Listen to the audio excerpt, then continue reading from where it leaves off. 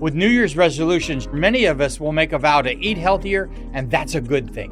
But what about our beloved pets and their nutrition? Greetings, naturopathic Dr. Dennis Black here, and I'm on a mission to provide better nutrition for cats and dogs because truthfully, all pet food is dead food, which is why we created Rough Greens and Meow Greens in the first place. We bring their food back to life with live vitamins, minerals, probiotics, enzymes, omega oils, antioxidants, and so much more. All in a tasty formula that your dog and cat will love. You can improve your pet's coat, digestion, energy, and have less vet bills. Let 2025 bring a new year and a new pet. Get a Jumpstart trial bag, normally $20. Get a 100% discount with promo code BESTFRIEND. You just cover the shipping. Go to roughgreens.com, use promo code BESTFRIEND. Bring your pet's food back to life with Rough Greens. So good, your pet will ask for it by name.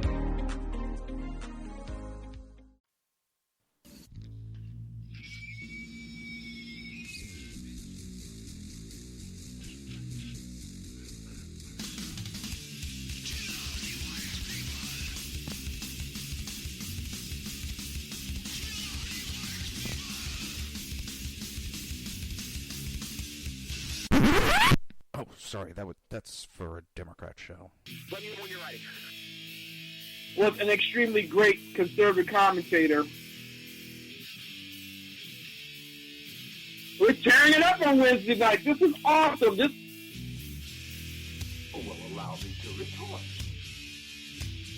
Well, this is Jersey Joe for the Reaver of Common Sense show. I'm on shrmedia.com. Actually, I just totally screwed up. This show contains language that some viewers may find offensive. Listener discretion is advised. And now on to the show. And welcome to the Reaver of Common Sense. I am your host, Jersey Joe, and I'm making sense out of the senseless. The Jersey Takeover is here. We have expanded to 2 hours every Monday through Friday, 9 p.m. to 11 p.m. Eastern Standard Time. And if you want to watch a broadcast, simple. Just go to shrmedia.com, click on the Watch Live button. While you're there, you can join the conversation by joining the chat room. Oh, boy. Just seems like it was just a couple minutes ago we were here. How the day flies by. Dun, dun, dun.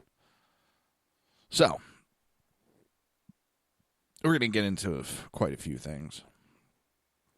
And first off, they talk about how Trump might have talked to foreign leaders about the election, and you can't have that. You can't have foreign leaders interfering in our election. But wait. There's video of Hillary Clinton admitting foreign leaders contacted her during campaign and discussed how they should stop Donald Trump. All they got to say, hey, Robert Mueller, whatever your dumbass name is, do you care to find out which foreign leaders candidate Hillary Clinton spoke with during her campaign? Because according to Hillary herself, she received messages from foreign leaders asking her if they can endorse her to stop Donald Trump from becoming president. Quote, I am already receiving messages from leaders. I'm having foreign leaders ask if they can endorse me to stop Donald Trump. Hillary Clinton, March of 2016. Here, let's listen to her in her own words. I am already receiving messages from leaders. I'm having foreign leaders ask if they can endorse me to stop Donald Trump. I am already receiving messages from leaders. I'm having foreign leaders ask if they can endorse me to stop Donald Trump. But that's okay because it comes from a Democrat, and we know Democrats do whatever the hell they want, and Republicans are held to a higher standard than even the law. Now, the question is there a tape of candidate Donald Trump, like the one of Hillary, where he admits to having discussion with foreign leaders about how to stop Hillary from becoming president? While speaking at the Democrat presidential town hall meeting in Columbus, Ohio in March of 2016, Hillary thought she was rather clever by attempting to make it appear as though Donald Trump was wildly unpopular with all of her foreign contacts. It's funny how the media forgot about this. I do remember them playing it when she said it to try to show just how unpopular Trump is.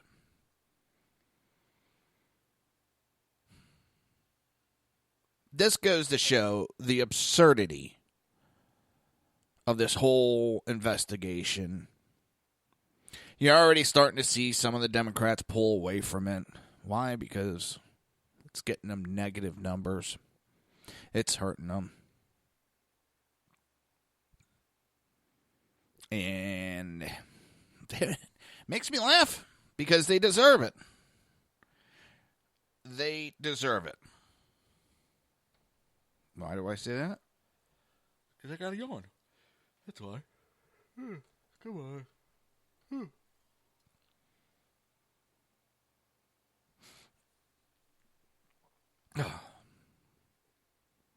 They deserve it because... Damn it. Well, they played a game and they lost.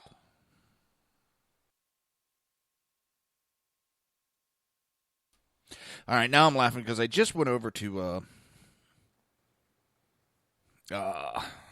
my tablet. I have no interference, no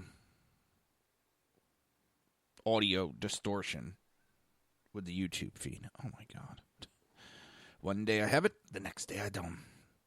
Some days you feel like you're not, sometimes you don't. I'm enjoying Scott Mound. Oops.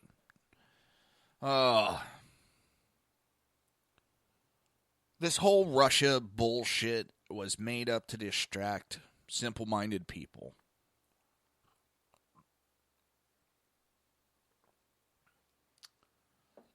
And so many fell for it. That's the funny thing. Oh, my coffee mug's green. You can see through me.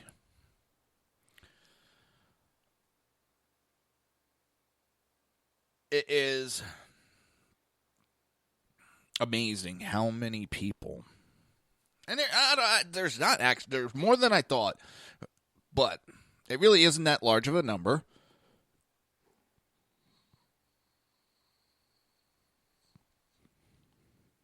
That believe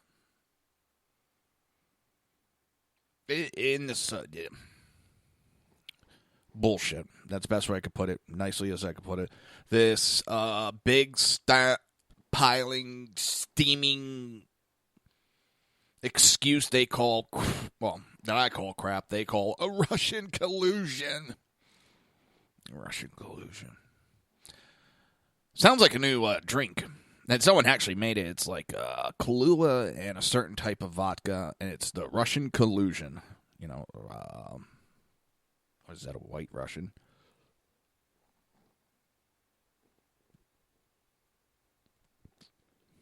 And everyday people don't give a shit. They use it for political talk. They use it as an excuse. Hey, I'm Ryan Reynolds. Recently, I asked Mint Mobile's legal team if big wireless companies are allowed to raise prices due to inflation. They said yes. And then when I asked if raising prices technically violates those onerous two-year contracts, they said, "What the f*** are you talking about, you insane Hollywood ass?" So to recap, we're cutting the price of Mint Unlimited from $30 a month to just $15 a month. Give it a try at mintmobile.com/switch. $45 upfront payment equivalent to $15 per month. New customers on first 3-month plan only. Taxes and fees extra. Speed slower above 40 gigabytes. See details. But when it comes right down to it, people don't give a shit. And most people are tired of it. They're tired of hearing about Russia.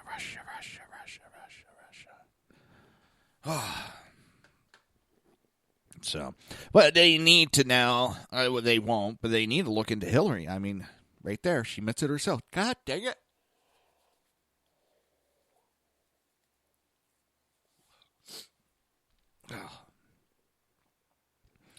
But, through WikiLeaks, it's...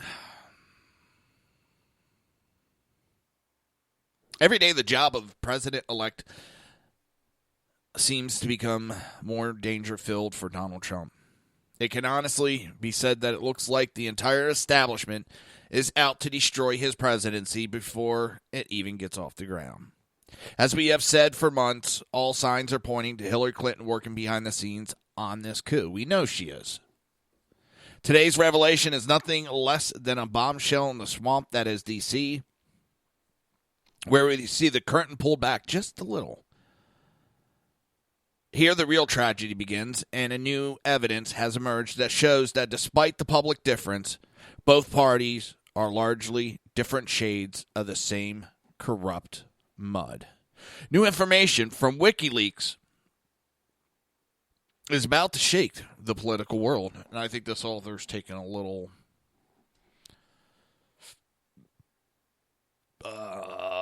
leeway with words. This won't do nothing.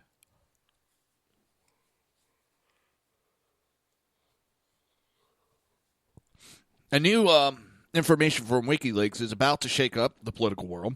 Republicans in name only, anyway. An email from John Podesta to Huma Abedin that was released as document number 1078645 is about to turn the speculation that certain prominent Republicans who opposed Trump into the truth that they were, in fact, not just disloyal to Trump, but the party, but were on Hillary Clinton's payroll. The email sent in July of this year describes how funds were being diverted from Clinton's campaign to super PACs of Jeb Bush, Carly Fioroni, and John Kasich. According to the email, JB, CF, and JK PACs will be notably silent for the rest of the campaign.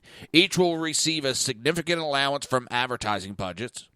HRC is in the loop and has talked to all three personally, eyes only. Other emails that surface but do not refer to anything other than title that also surface that raise some eyebrows. It seems at a glance that the Clinton Foundation, or as I'm calling it, the Pantsuit Mafia, has bought off several key members of the Republican Party to push the Clinton agenda, such as he is on board, will retract the invitation to speak, eyes only. This email was dated days before Speaker of the House Paul Ryan withdrew the invitation to Donald Trump to speak at an event in Wisconsin. Even though we do not have the smoking gun to say it was him, no other logical conclusion can be assumed. Other emails hint at the money being moved to Republican elected officials in the House and Senate. For instance, FEC reports show that 2 large donations from PACs and private sources in early October went to John McCain right after he attacked Trump publicly. Criticized Trump. Now, I have no problem with that, because if you follow Trump's rise, it started with McCain.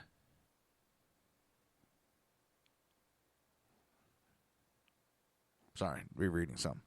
Right after McCain attacked Trump and Trump went back, that's when his numbers went up. And when he didn't back down, they went up further. Then Lindsey Graham jumped on it, and he went up further. John McCain is basically responsible for Trump.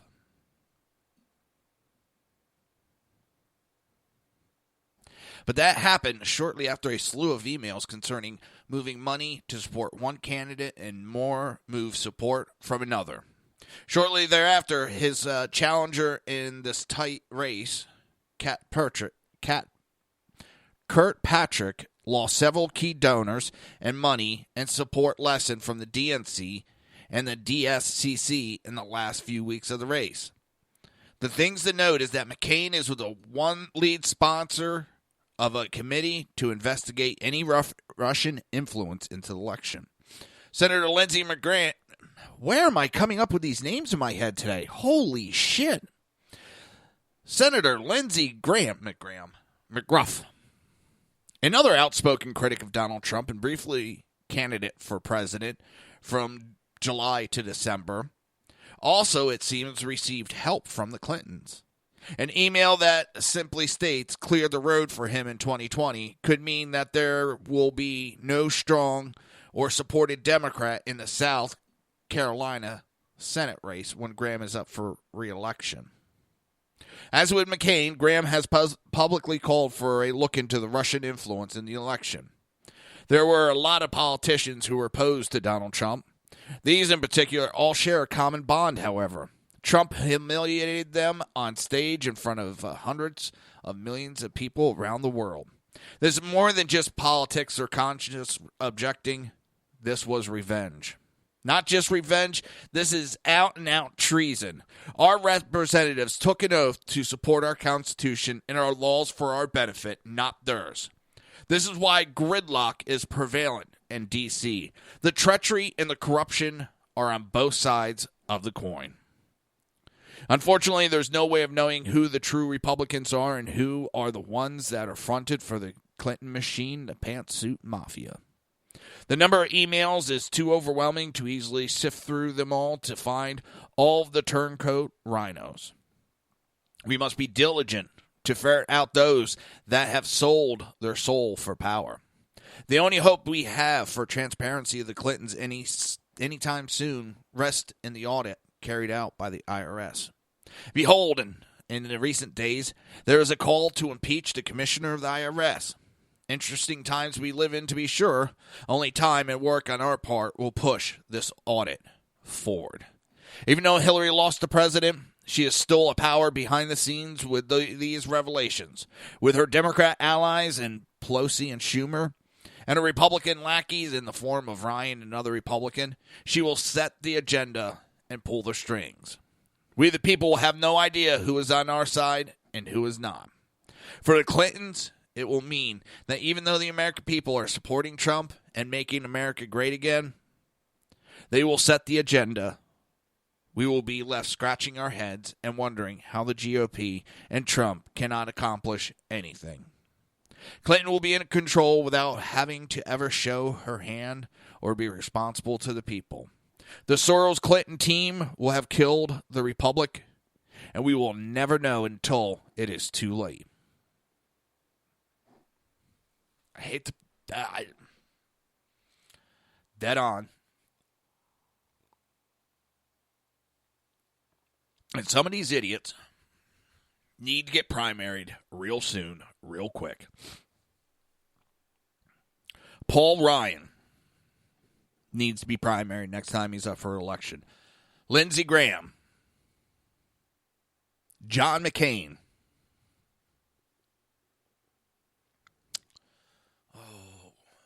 Colin, can't remember her last name. I will be talking about them later on because they voted against the repeal of Obamacare for discussion.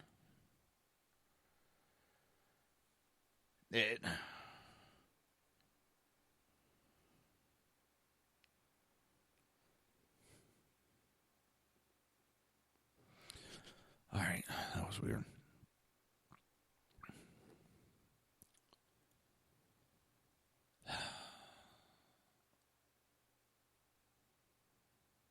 The only thing I hope for is Americans,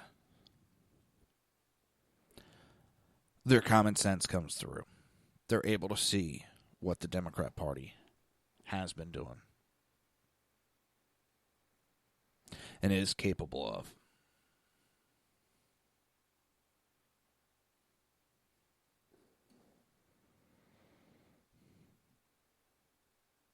I believe in our fellow Americans that they will make the right choice. That they will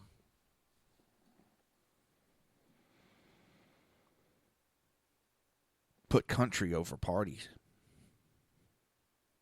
That's saying as a Republican. I want some of these Republicans out of here. The one thing I don't see happening, most definitely, I don't foresee Democrats taking back control of Congress. Especially with them putting forth impeachment. That just gave so much power to the Republicans. And if they're smart, they'll use it. They will use it every single day and run with it. Make sure they do that in all the districts that Trump wanted, that there's a Democrat running. Don't give an outside chance for a Democrat to take a spot. And this Russian news story perhaps is the ultimate coup for the Clinton camp. She does not even have to be the winner of the Electoral College vote to have gained power.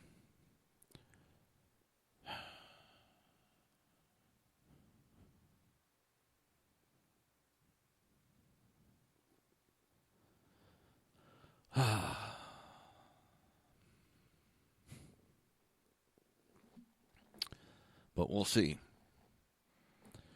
Election's not too far away, and what's scary is so many people have been burnt out by presidential elections. So what do Democrats do? They're already propping people up and pushing them for talks of running for president in 2020. We're still getting over 2016's election, and they're already jamming 2020 down our throat. I don't know how that's going to play back. Oh, man. The freaking back is tight tonight again. But you're listening to the Reaver of Common Sense right here on SHR Media and High Plains Pundit Radio, and we will be right back.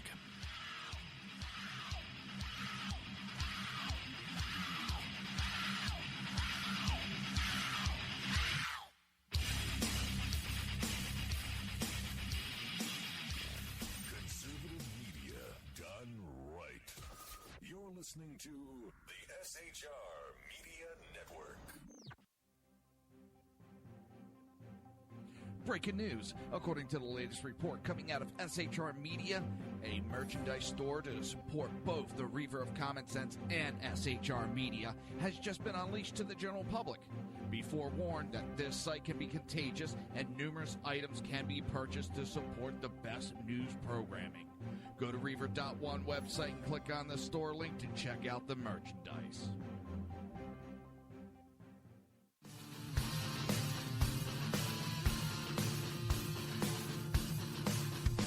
You have been listening to Reaver of Common Sense, hosted by my dad, Jersey Joe.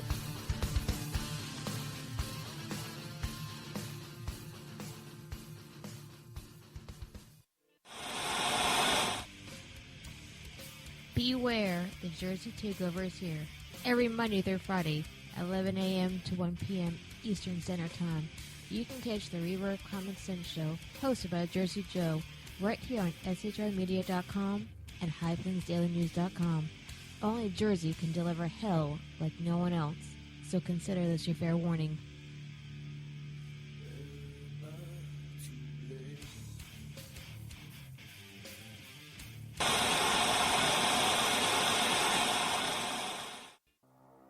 In a world controlled by corrupt politicians. You got a business. You didn't build that. A team of ordinary men emerge from the ashes to give voice to the voiceless and hope to the hopeless. Sackhead Sean. Dude, I'm not saying Catholic, stupid bro. Sackhead Clint. All good friends of ours usually show up drunk. Also starring Sacco as the producer. I'm a little bit drunk, 'cause I'm drinking. They are the Sackheads Radio Show. Every Wednesday at 8 p.m. Pacific on SHRmedia.com.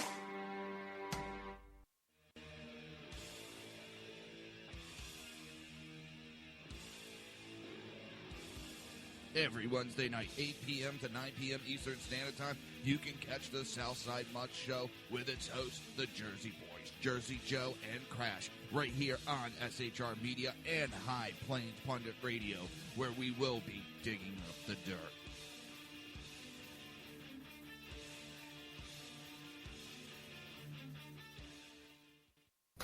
Times are dark. The people misled by corrupt politicians, lied to by establishment media, and deceived by the false messages of Islam. A nation in confusion needs a guide.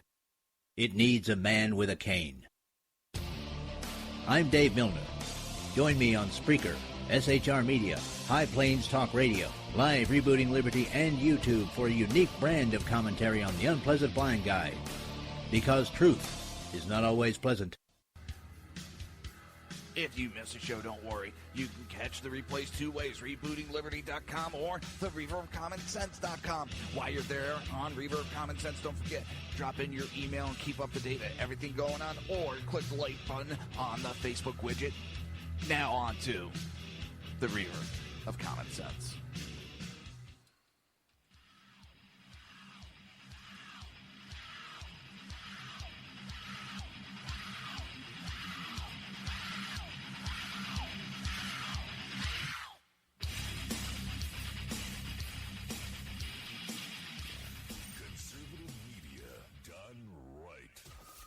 Listening to the SHR Media Network.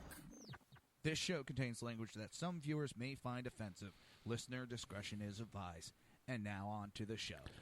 And welcome back to the Reaver of Common Sense. I am your host, Jersey Joe. And I'm here to make sense out of the senseless.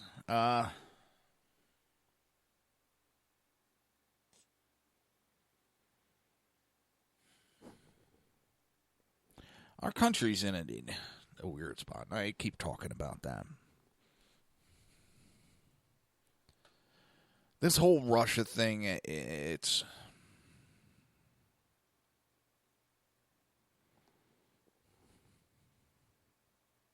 I don't know. Same bullshit, different day. It just gets tiresome. So, yesterday, the DNC hosted by Senate Minority Leader Chuck Schumer and House Minority Leader Nancy Pelosi unraveled their better deal slogan. What was funny is the host on the left-wing MSNBC mocked them for the party's lack of diversity that was on display when Democrats unveiled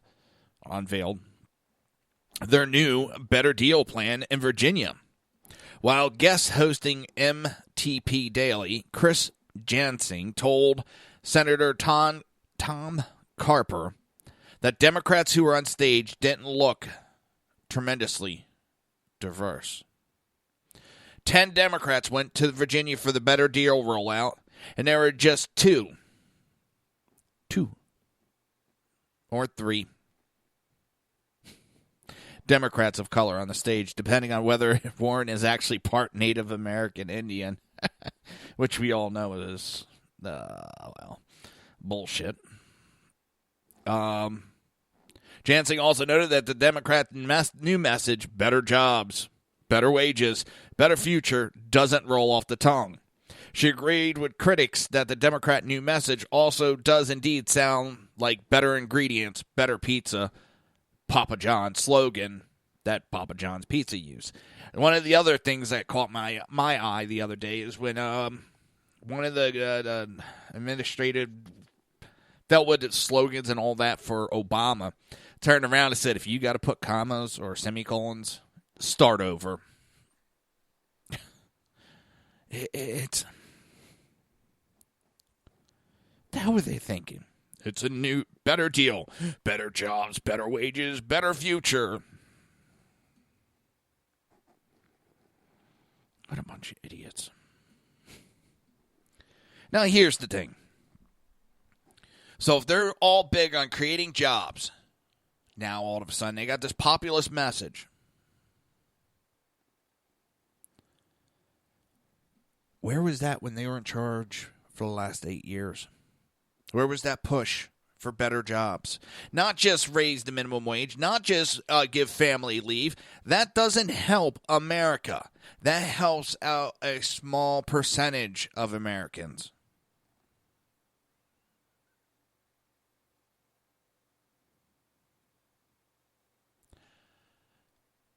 They think by riding on the coattails of Donald Trump and trying to make it sound like he's failing in his way and they're going to pick up the baton and run with it.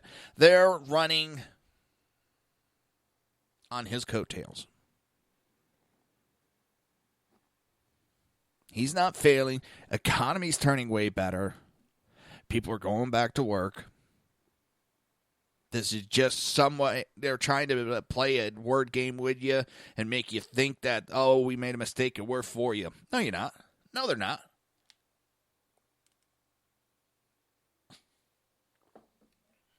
Okay, that was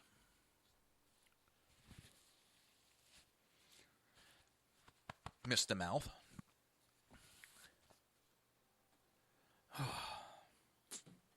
Guess I got a drinking problem. I have to watch this after the show. Sorry. For those that have watched and know the show, I like MMOs.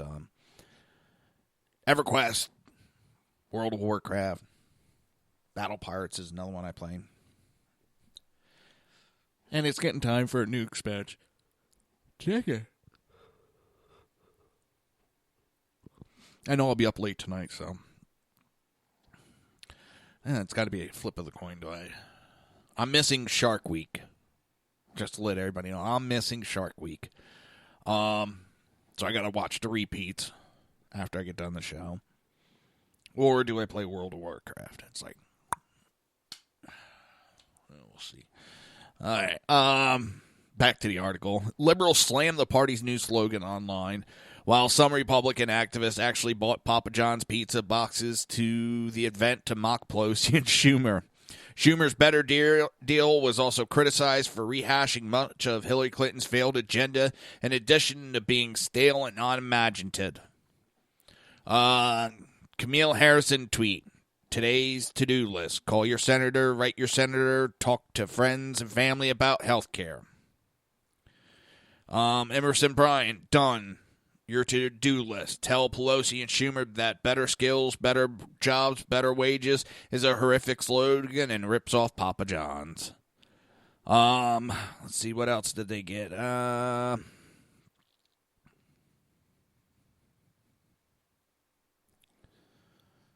don't know. That one didn't make sense. It's a haphazard attempt to try to,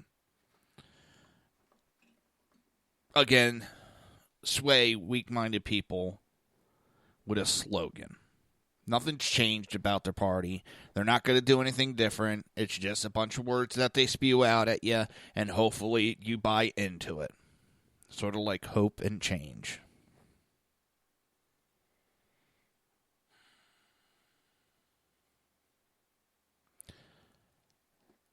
We remember how good that went, don't we? Slogans really work. By the way, what really it makes me laugh is they're pushing this populist message. Didn't they attack Donald Trump, saying populist messages and the populist governing is racist? It's xenophobic and all these other phobics. And they attacked and they attacked and they attacked and they said, oh, he won an election that way. Let's emulate him. I don't know. It's...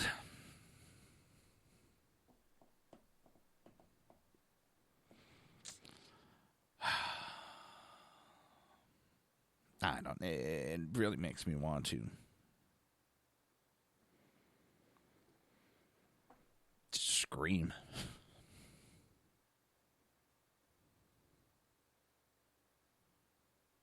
It really does. I mean,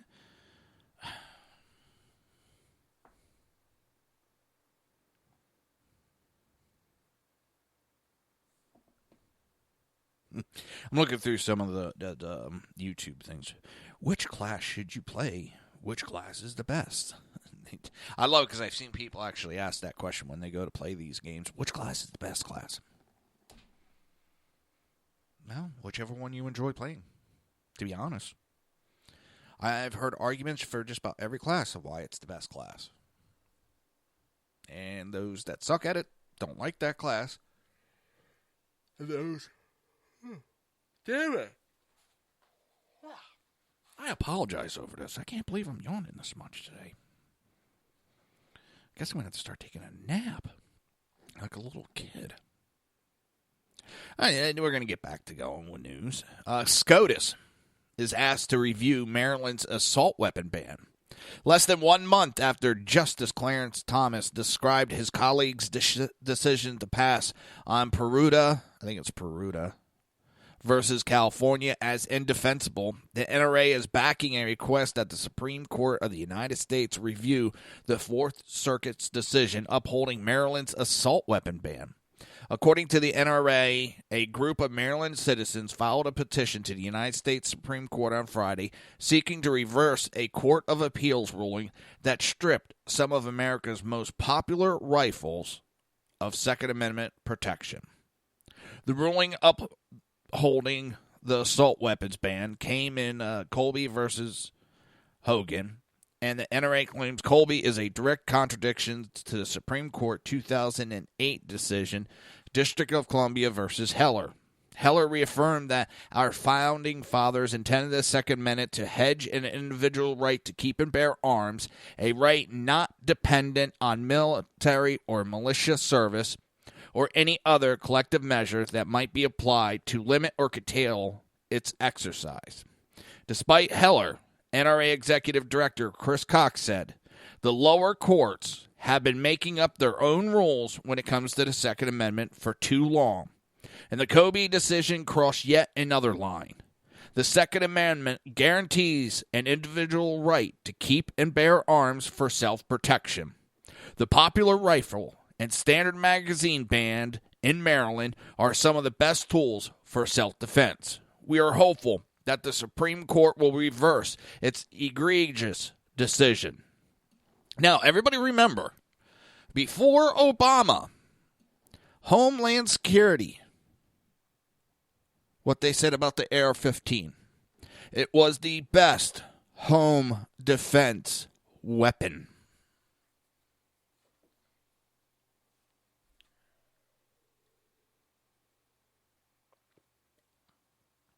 That was a classification for the AR-15.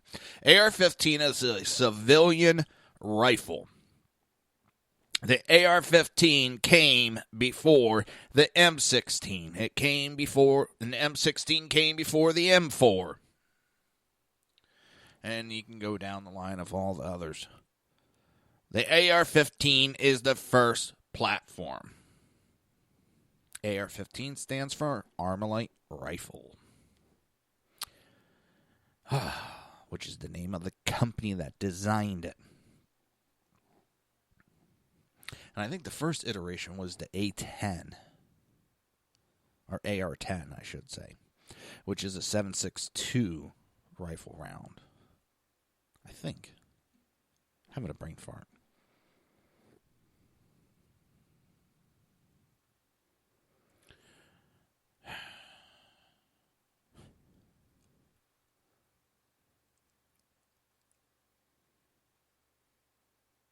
We have allowed liberals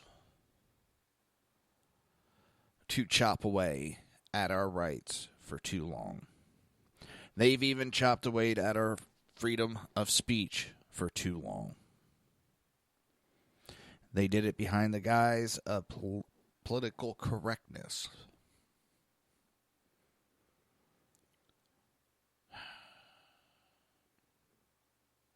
Now they do it through hate speech. Anything they don't agree with is hate speech. It don't work that way.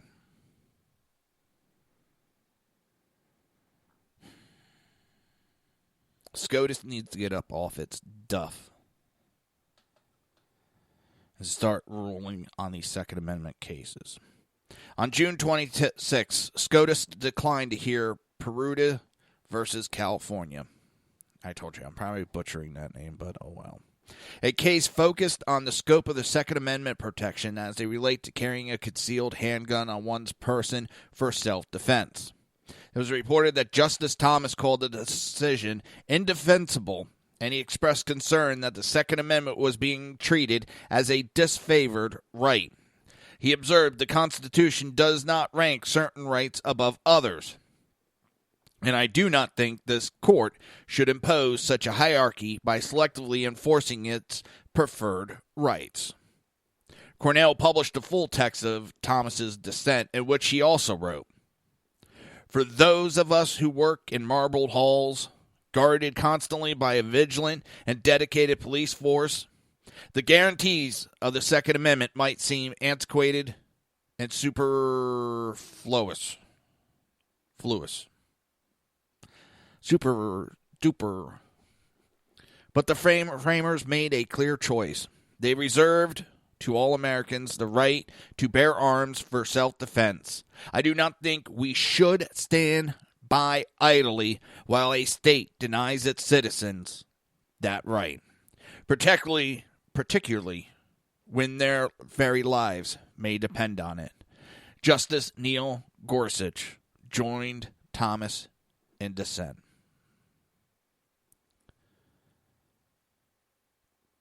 That's why liberals freak out. That's why liberals are freaking out about SCOTUS right now. Because if Kennedy resigns, and God forbid something happens to Ginsburg, or she retires, that's 2 more conservatives that could get named in the next 4 years. But you know what's going to happen. The last year, if something happened, they're not going to want it replaced, and there's going to be a big fight over it. Oh, my neck. Crack. You're listening to the Reaver of Common Sense right here on SHR Media and High Plains Pundit Radio, and we will be right back.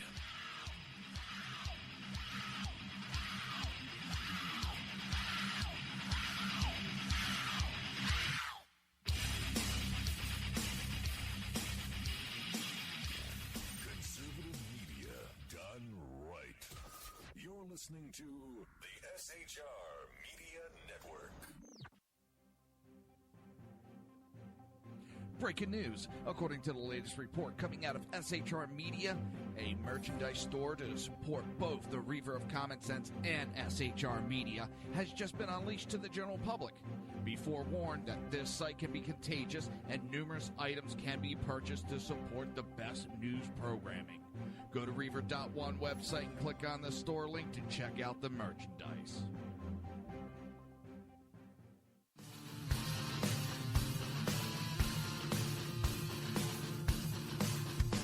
You have been listening to Reaver of Common Sense, hosted by my dad, Jersey Joe.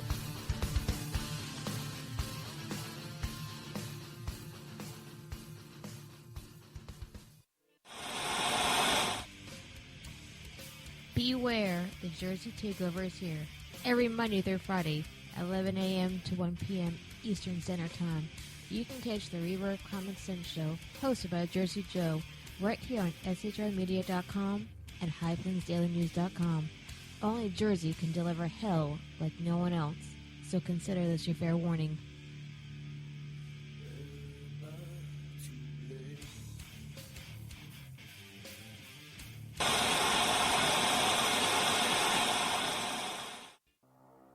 In a world controlled by corrupt politicians, You got a business.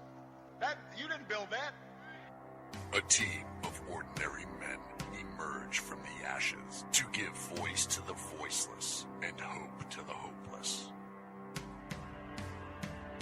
Sackhead Sean, Dude, I'm not saying cat from a stupid pro. Sackhead Clint, All good friends of ours usually show up drunk. also starring Sacco as the producer. I'm a little bit drunk, 'cause I'm drinking. They are the Sackheads Radio Show. Every Wednesday at 8 p.m. Pacific on shrmedia.com.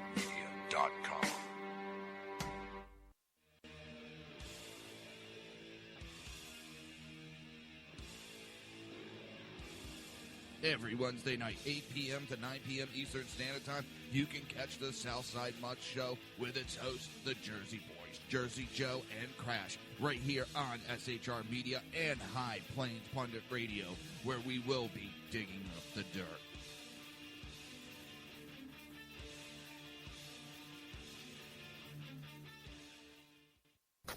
Times are dark. The people misled by corrupt politicians, lied to by establishment media, and deceived by the false messages of Islam. A nation in confusion needs a guide. It needs a man with a cane. I'm Dave Milner. Join me on Spreaker, SHR Media, High Plains Talk Radio, Live Rebooting Liberty, and YouTube for a unique brand of commentary on the unpleasant blind guide. Because truth is not always pleasant. If you miss a show, don't worry. You can catch the replays two ways, rebootingliberty.com or the Reaver of Common Sense.com. While you're there on Reaver of Common Sense, don't forget, drop in your email and keep up to date with everything going on, or click the like button on the Facebook widget. Now on to the Reaver of Common Sense.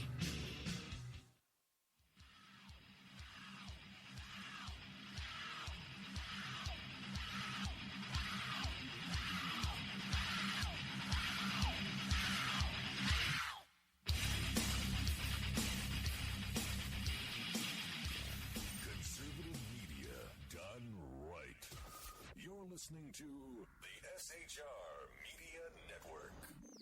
This show contains language that some viewers may find offensive. Listener discretion is advised. And now on to the show. And welcome back to the Reaver of Common Sense. I am your host, Jersey Joe, and I'm trying to make sense out of the senseless. The Jersey Takeover is here. We have expanded to 2 hours every Monday through Friday, 9 p.m. to 11 p.m. Eastern Standard Time. Oh, boy. Don't forget, at 11 o'clock Eastern Standard Time tonight, right after the Reaver of Common Sense, you will have BZ, Berserk, Bobcat Saloon. Stick around. I can't speak highly enough about BZ. I love him. He's a great guy. I've been on his show. He's been on mine. I can't speak enough.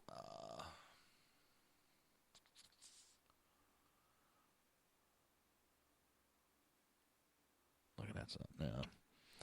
So, stick around, take a listen, join the chat room, jump on in. Oh, man. Freaking back is getting tighter and tighter as I sit here. Oh, boy. Where are we at? So, the Senate has approved the first step towards an Obamacare repeal.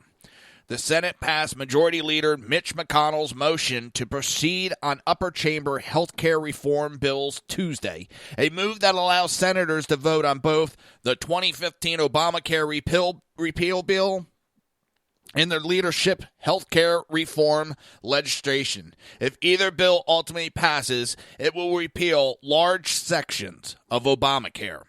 This Senate vote starts the first step towards repealing and replacing Obamacare. The motion passed after moderate and conservative Republicans opposed the Senate leadership health care bill, the Better Care Reconciliation Act. Moderate senators like Shelley Caputo, Susan Collins, and Lisa Murkowski worried about the bill's cuts to Medicaid and pre-existing conditions, while conservative senators such as Rand Paul and Mike Lee complained that the bill does not do enough to repeal Obamacare. Senate Majority Mitch McConnell's motion to proceed will start 20 hours of debate on Senate health care bill. Senator John McCain, whose vote was necessary, returned to the Senate to vote to approve the motion to proceed after his recent brain tumor diagnosis. Senator John Thune said it probably more drama than it deserves for a motion to proceed.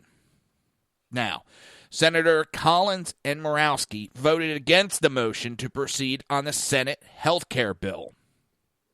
They sided with the Democrats.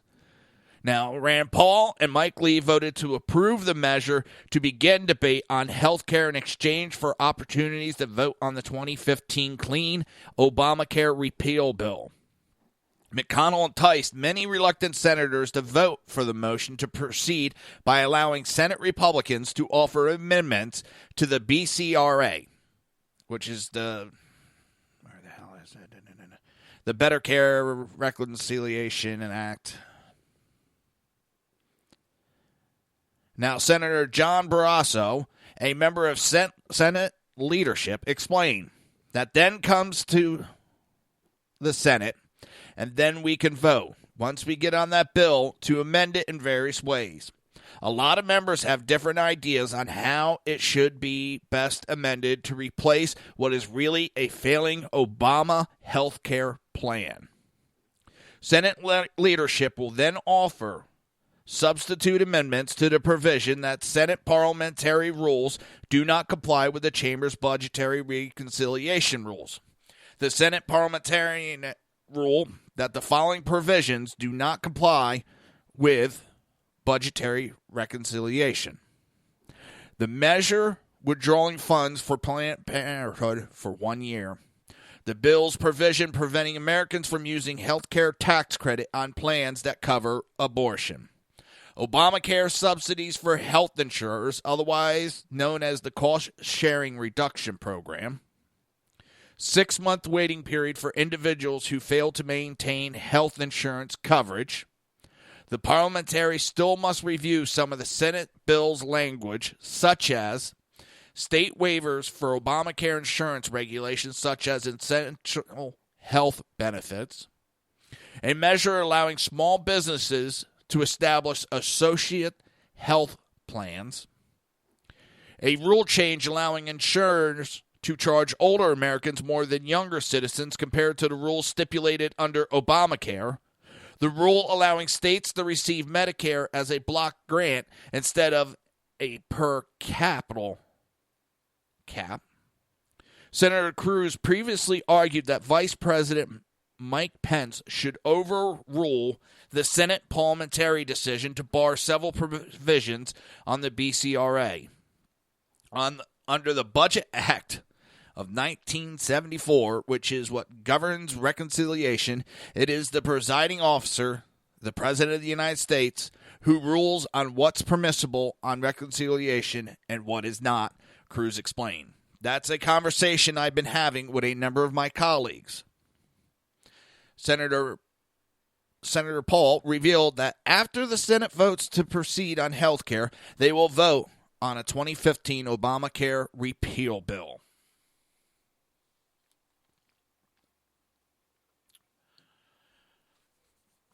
Sorry, a little parched there. This morning, Senate Majority Leader, this is from Rand Paul's Twitter, informed me that the plan for today is to take up the 2015 clean repeal bill as I've urged. Senate continues to work on last-minute compromises for the leadership's BCRA bill. Senator Ted Cruz and Rob Portman reportedly will work on a deal to revive Ted Cruz's Consumer Freedom Amendment while adding more money to help states stabilize their insurance market. Cruz's amendment would allow insurers to offer more affordable health plans that do not comply with Obamacare regulations as long as they offer plans that do comply with the Obamacare rules. Senator Mike Lee and Jerry Moran previously tanked the BCRA after Majority Leader Mitch McConnell watered down the Consumer Freedom Amendment. Oh, sometimes this gets a little breathtaking.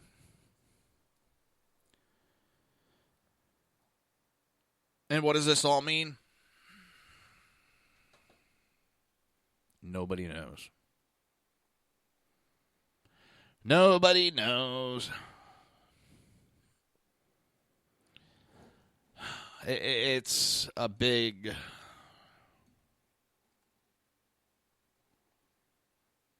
I don't know. It's... Oh...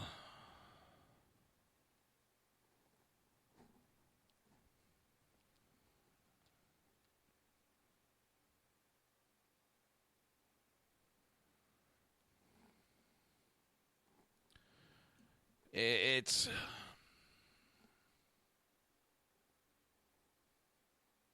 Hold on one second.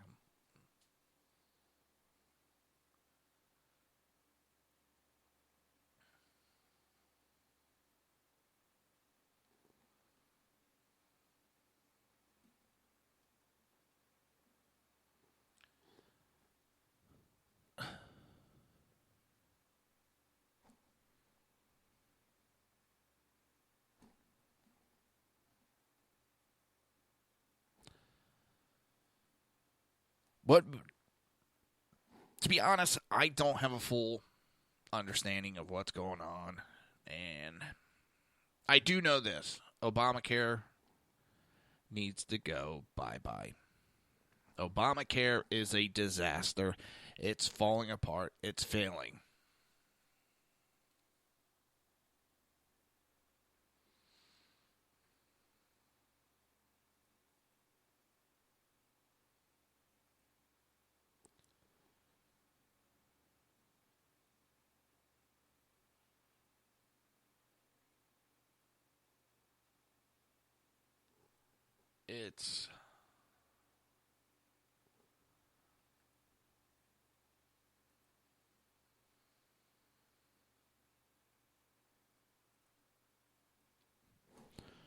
And it still goes on. And what pisses me off is they were voted in to repeal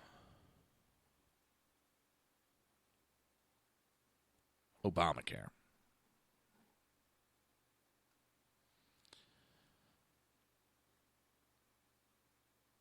Everybody knows it. I mean, what did a lot of these senators run re-elections on and elections? On repeal Obamacare. Not try to fix it, not try to appease it, not try to leave it alone, to repeal it. You have 2 senators. They voted for it. The repeal last time. And now that because they knew Obama would have shut it down so they could look real big and brave amongst the conservatives. But now you have Trump as president, and you have Trump who will sign the order. So now they got to back down.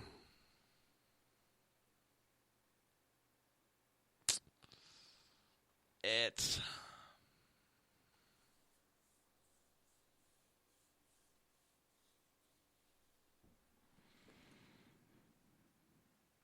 No, we're going to get into that more in a couple minutes. I'm jumping ahead of myself here. Vice President Mike Pence was present at the Senate for the motion to proceed and preside over the vote as president of the Senate. President's press secretary. The time for Senate to vote is now.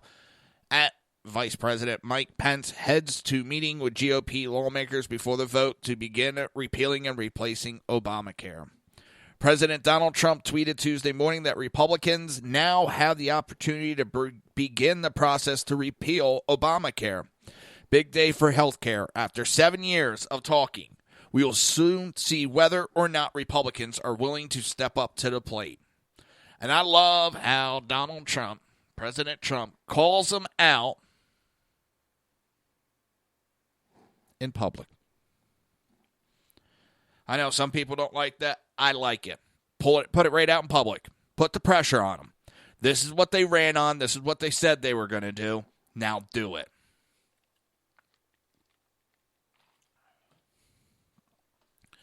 Stop the double talking and do exactly what you talked about.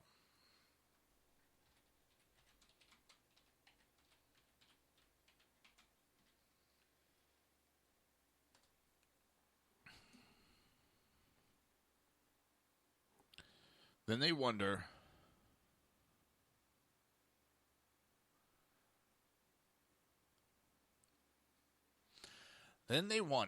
why people get so pissed off at the politicians.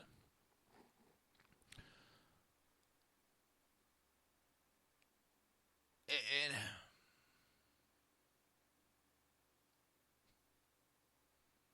it's like, damn, people. They think they thought they could, and they were for a long time, just ignoring the American people, doing whatever the hell they wanted. But kind of caught up to them.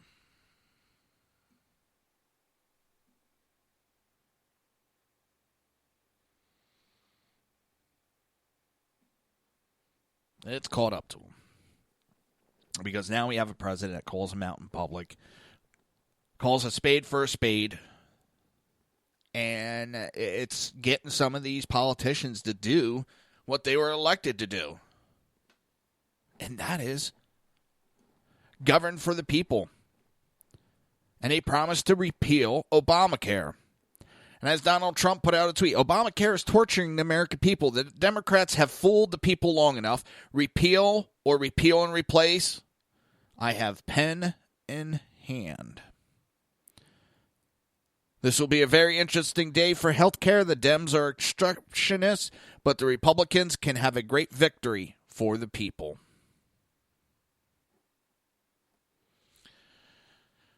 It's one step forward.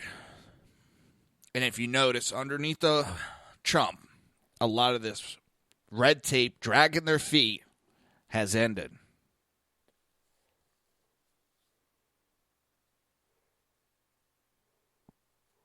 I mean, they tried to do it at the beginning, but Trump's got to be who Trump is. Stop trying to be the politician not everybody, the establishment wants him to be. That's not who he was voted to be. He was voted in there to be Trump. I know some people don't like the way he speaks or anything. He was voted in to be that. To be that bombastic attitude. To go in there with a wrecking ball and tear the hell out of our government and get it working again. We've learned career politicians and lawyers can't get it done. We need a businessman to go in there and straighten it out.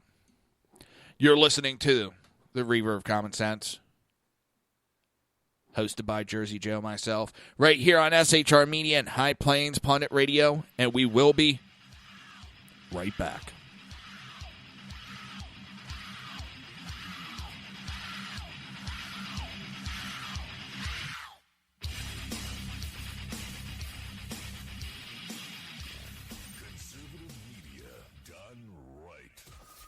Listening to the SHR Media Network.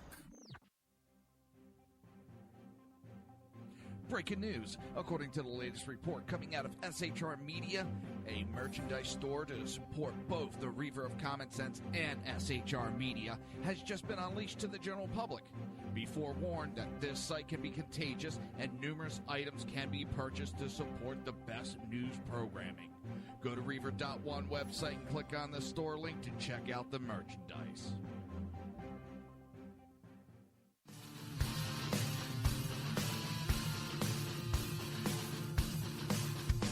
You have been listening to Reaver of Common Sense, hosted by my dad, Jersey Joe.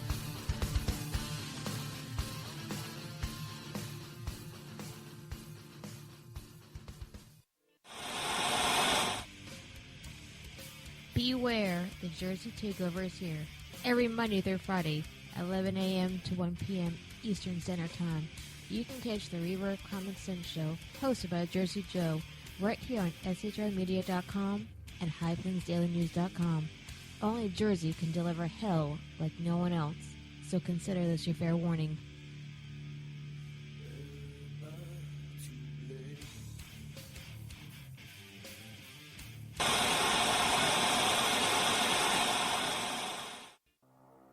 In a world controlled by corrupt politicians, You got a business. That you didn't build that. a team of ordinary men emerge from the ashes to give voice to the voiceless and hope to the hopeless. Sackhead Sean, Dude, I'm not saying cat for the stupid pro. Sackhead Clint, All good friends of ours usually show up drunk. also starring Sacco as the producer. I'm a little bit drunk, 'cause I'm drinking. They are the Sackheads Radio Show. Every Wednesday at 8 p.m. Pacific on shrmedia.com.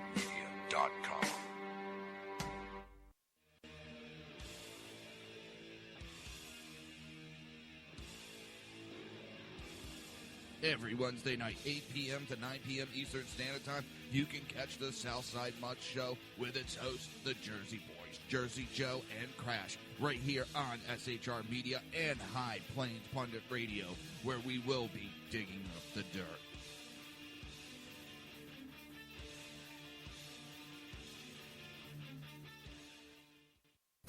Times are dark. The people misled by corrupt politicians, lied to by establishment media, and deceived by the false messages of Islam. A nation in confusion needs a guide. It needs a man with a cane. I'm Dave Milner. Join me on Spreaker, SHR Media, High Plains Talk Radio, Live Rebooting Liberty, and YouTube for a unique brand of commentary on the unpleasant blind guide. Because truth is not always pleasant. If you miss a show, don't worry. You can catch the replays two ways, rebootingliberty.com or the Reaver of Common Sense.com. While you're there on Reaver of Common Sense, don't forget, drop in your email and keep up to date with everything going on, or click the like button on the Facebook widget. Now on to the Reaver of Common Sense.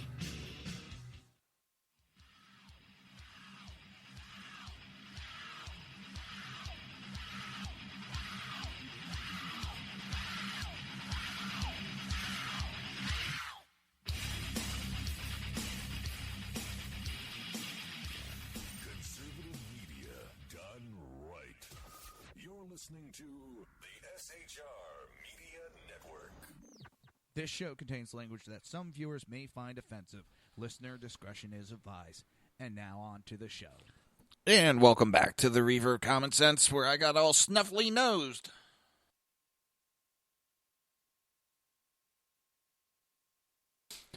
There we go. Now just get my ears to pop.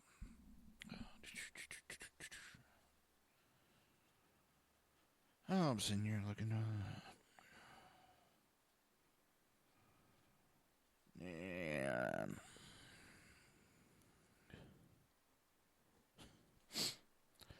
key departures from the Flyers. Well, we lost Braden Shen. That one was a little sad.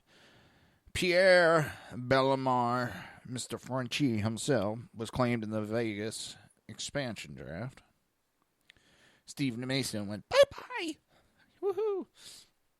Michael Del Zalato, that was kind of sucked to see him go, but we needed to open a spot for a young guy. Nick Schultz.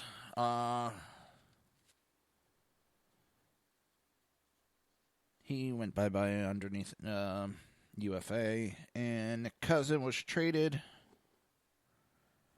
All good things for Flyers fans.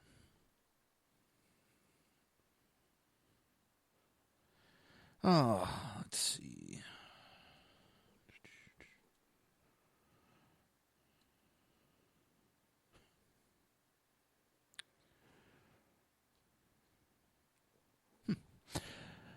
So, let's see. The Senate Republicans who defected on health care test vote. Yeah, I already told you two of them. Well, that was the only two that defected. Don't forget, top of the hour, right after the Reaver of Common Sense, will be BZ's Berserker. Yeah, BZ Berserker Bobcat Saloon. I used to say Berserkers with an S for some reason. But now, I think I'm saying it right. Vice President Mike Pence was needed in the Senate Tuesday to cast a tie-breaking vote on a motion to move forward with a bill to overhaul Obamacare after two Republicans voted no. The votes by Senator Susan Collins, a Republican from Maine, and Lisa Murkowski eliminated the GOP margin of error on the motion. Every other Republican senator voted aye, while every Democrat senator joined Collins and Murkowski in voting no. Collins and Murkowski are among several moderate Senate Republicans concerned about possible Medicaid cuts and any Obamacare overhaul. Bullshit. They're worried about Planned Parenthood. In separate statements last week, both women opposed an attempt by Senate Majority Leader Mitch McConnell to pass legislation repealing Obamacare without new legislation in place. Murkowski, who backed a Senate bill repealing Obamacare in 2015 that was vetoed by then-President Barack Obama, the law's namesake. said the Senate should take a step back, engage in partisan process to address the failures of Obamacare and stabilize the individual markets. You know what? I'm getting tired of that bullshit. When do the Democrats ever go for bipartisan process? When do they ever go to the Republicans and ask for, when they want to push a gun ban, they beg the Republicans. But when Obamacare was getting shoved down our throats, they didn't ask the Republicans' opinion on it. They didn't ask for the Republican input. They said, win an election.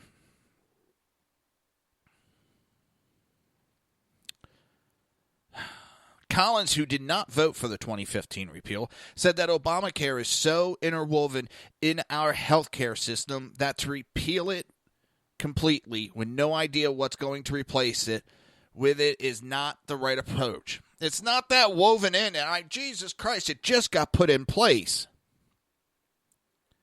It's not like it's been in there 20, 30 years. Social Security has been woven into our fabric. Obamacare hasn't. As for potential political consequences of their votes, Morawski is not due to come up for re-election until 2022. Collins' turn will come in 2020, though she has not ruled out stepping down to run for governor of Maine next year. God, I hope to God she steps down. I'm so sick of this shit. I am sick of this shit. This is why the Dems are able to get shit through. Because they stand together no matter if they disagree.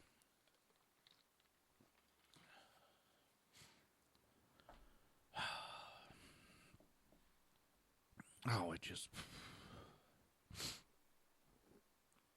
Sniffles. Snuffles. If they ever work together...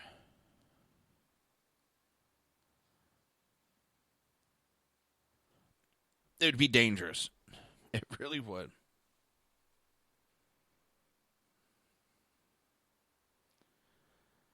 Oh,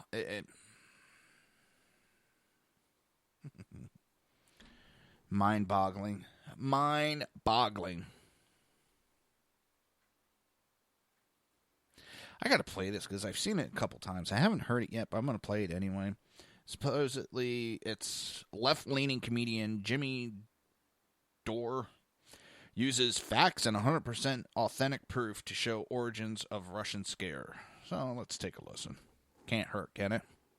Of the Russia bullshit McCarthyism smears or whatever propaganda that's been being pushed through the media from the Democrats and through all the neoliberal elite has been pushing this Russia thing. And where did it come from? This is an internal document from the Hillary Clinton campaign, and it was created, Hillary Clinton for President consultant team, guy named Pete Brodnitz. This is from June 26, 2015, and this is from an internal poll they did on the horse race, and it's called Top Line Results. So if you look where that arrow points, that's the conclusion of their internal polling was that Secretary Clinton's top vulnerability as tested in this poll is the attack that claims that as Secretary of State, she signed off on a deal that gave the Russian government control over 20% of Americans' uranium production after investors in the deal donated over $140 million to the Clinton Foundation, just like Dylan Ratigan just said. And by the way, Bill Clinton also got $500,000 from a Kremlin-connected bank at the same time as this deal was going through, and that was among his highest-paid speeches of his life. So that's real. So that's a real connection. Her internal polling showed that that was her biggest vulnerability because half of all likely voters are less likely to support Clinton after hearing that statement, and 17% were much less likely to support. So they said that was her biggest vulnerability. And what do you do with your vulnerability? You throw it on your opponent. Also, what is your opponent's biggest strength? You attack it. When John Kerry ran against George Bush, he was a war hero. He had Purple Hearts and a Bronze Star. They attacked his Purple Hearts. They said they were all fake. He got them when he was running away. His guys who worked with him on the Swift boat hated him. That's where they attacked his strength. And so Donald Trump's biggest strength was his patriotism. So they fucking take her biggest vulnerability and they throw it on his biggest strength. And that was a decision made by John fucking Podesta. And how do I know that? Because here it is, 2015. So just a few months after that internal report, Donald Trump starts to surge. At the end of 2015, he starts to surge and they start to get scared. So if you read that part in blue at the bottom, what it says is, the best approach is to slaughter Donald for his bromance with Putin. That's from December 2015, after the June thing. So there you go. That's where this comes from. This is fucking made up. And you know how I know it will never be proven is because the FBI and the DHS, Department of Homeland Security, were not allowed to look at the DNC or Podesta servers. So we'll never have fucking proof ever. That's the only way you could prove it. So there you go. How is that fucking you tell me how that's fucking possible. That's why we're here. I'll tell you how that's possible, because they're all fucking corrupt. That's how it's possible. Because at the time, Loretta Lynch was running the Department of Justice. That's why. Because Barack Obama was the president. That's why. And everybody thought Hillary Clinton was going to be fucking president. That's why it happened. I just answered.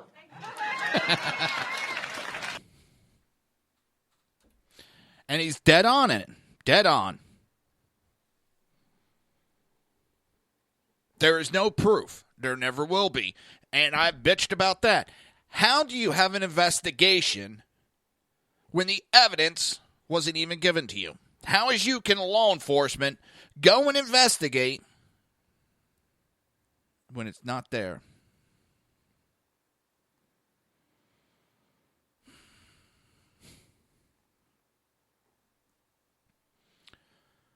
Oh, well, it seems that there's a protest going on in California. Oxnard, California, there's a protest. They're protesting sanctuary cities. Let me see some. We might pop over live to this. Get a little California justice going.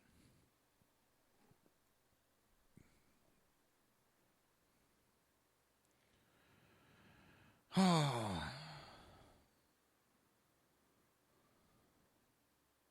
Let's see. What do we got?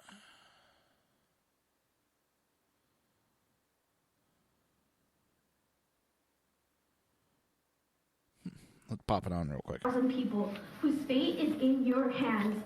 The fate of my classmates who excel academically but have fear of the future after high school for fear of separation, deportation, and limitation. I am an honor roll student who takes and passes college classes. I am recognized as a national prep scholar, and in my afternoons I cheer. Yet when I come home at 8 after all my extracurricular activities, I have to come in through my backyard because my parents are afraid to open the front door. The youth cannot excel, cannot advance if they fear being torn away from the hands of their mothers, fathers, and brothers. All they ever loved and expected to always be there for support. So we arm ourselves in the way our forefathers taught us, with words, books, and knowledge, and we become soldiers defending our families, friends, neighbors, and most importantly, communities' rights. We defend them in ways that shouldn't be necessary. Your constituents are asking you to make them feel supported and vote yes on Safe City. It is your job to protect and serve your city. Do not cower and shy from your role as councilmen and women. And it's also illegal to be a sanctuary city. It's against federal regulations. That I deserve.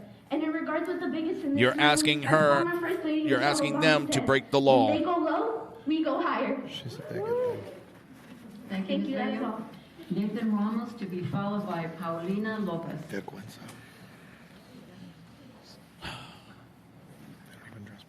Good evening, City Council. My name is Nathan Ramos. Sanctuary, safe, secure, whatever you want to call it, we don't care. What we care about is your vote, because your vote will decide on whether or not you stand with and protect often it's the immigrant community. This community is composed of immigrants, so why aren't we doing enough to protect them? Families are too afraid to... I get tired of that bullshit. You're here illegally, and you want to be protected. You want benefits. You want to break the law. It's a bunch of bullshit. And then you want the city councils to ignore federal laws to protect criminals.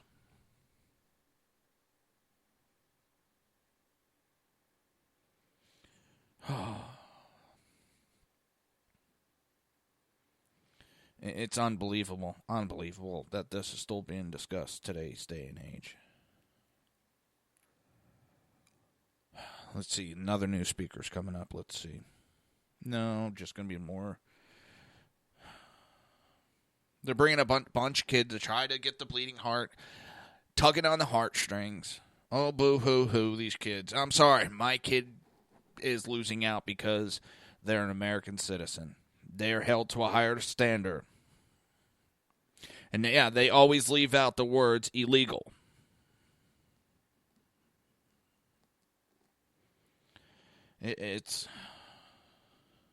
And they're always playing the victim card. They're the victim. No.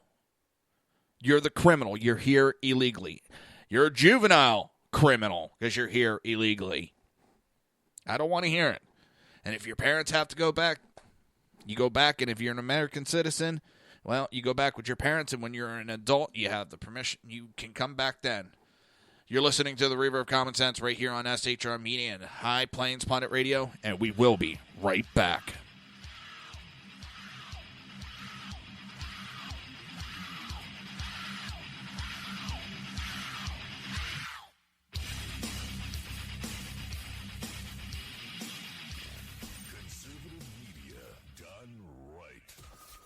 Listening to the SHR Media Network.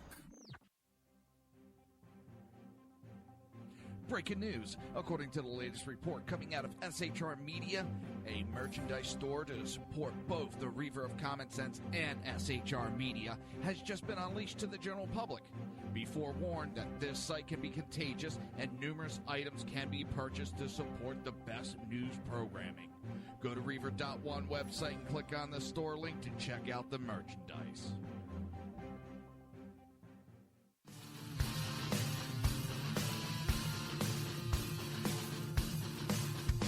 You have been listening to Reaver of Common Sense, hosted by my dad, Jersey Joe.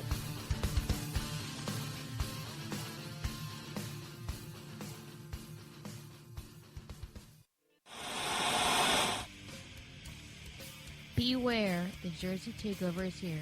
Every Monday through Friday, 11 a.m. to 1 p.m. Eastern Standard Time. You can catch the Reaver of Common Sense show, hosted by Jersey Joe, right here on SHRmedia.com and HighPlainsDailyNews.com. Only Jersey can deliver hell like no one else, so consider this your fair warning.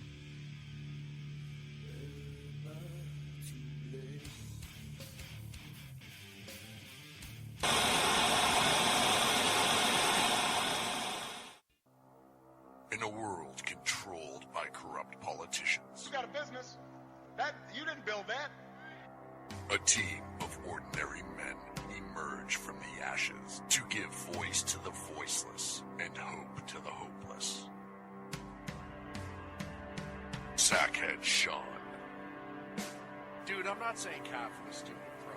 Sackhead Clint, All good friends of ours usually show up drunk.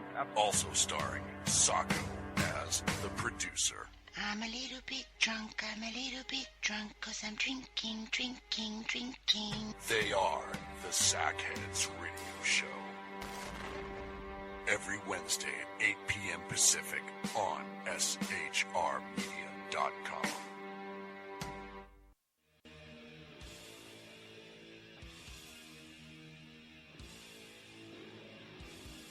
Every Wednesday night, 8 p.m. to 9 p.m. Eastern Standard Time, you can catch the Southside Mutt Show with its host, the Jersey Boys, Jersey Joe and Crash, right here on SHR Media and High Plains Pundit Radio, where we will be digging up the dirt.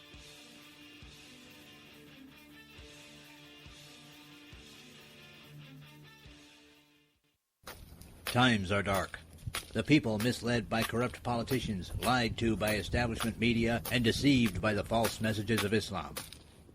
A nation in confusion needs a guide. It needs a man with a cane.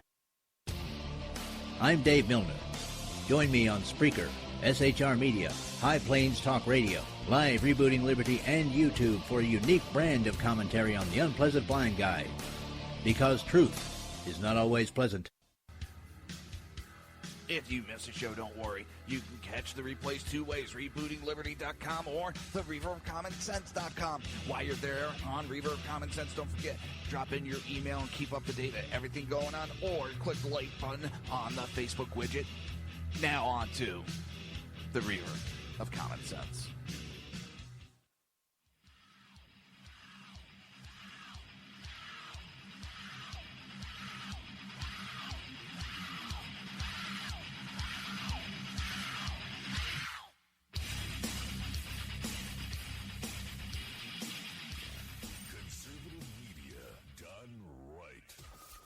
Listening to the SHR Media Network.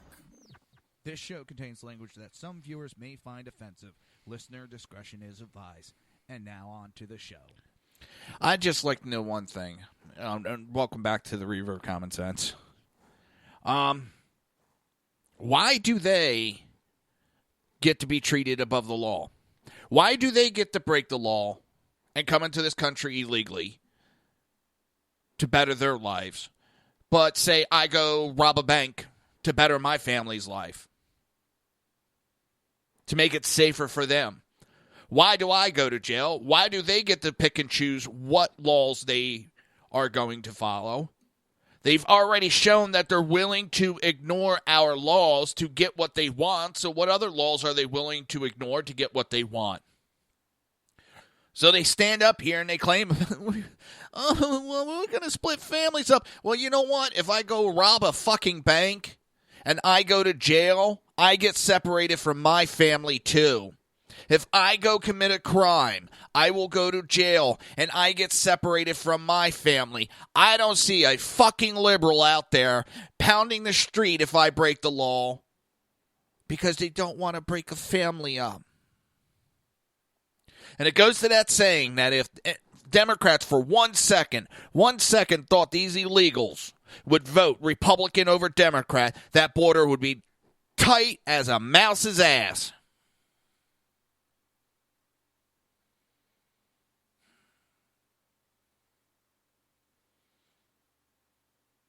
Why do a certain group of people get to break the laws?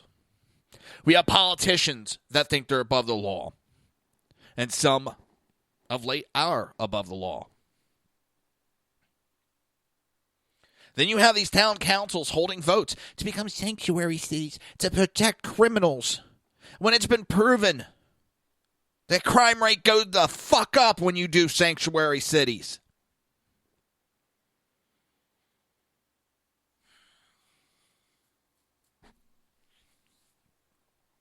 Then they wonder why more fear happens. Because when you have sanctuary cities, ICE has to go throughout the city finding these illegals. Where in other cities that follow the law, ICE goes to the jails and picks most of these people up.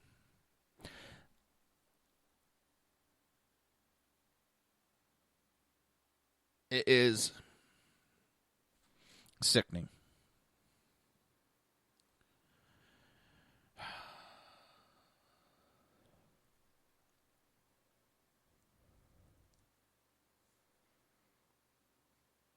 I'm so sick of it. So are millions and millions of people.